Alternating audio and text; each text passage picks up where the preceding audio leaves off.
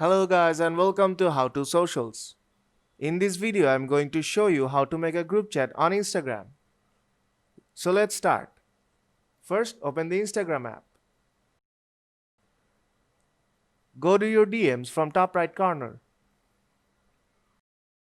Now tap on the pencil icon on top right corner. Now you can search for to add participants.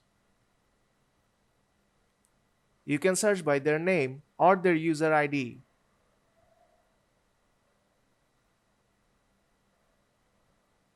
And you can select anyone who is on Instagram. Or you can select participants from the suggested list. Now tap on chat on top right corner when you are done and your group chat is created. Now send a message.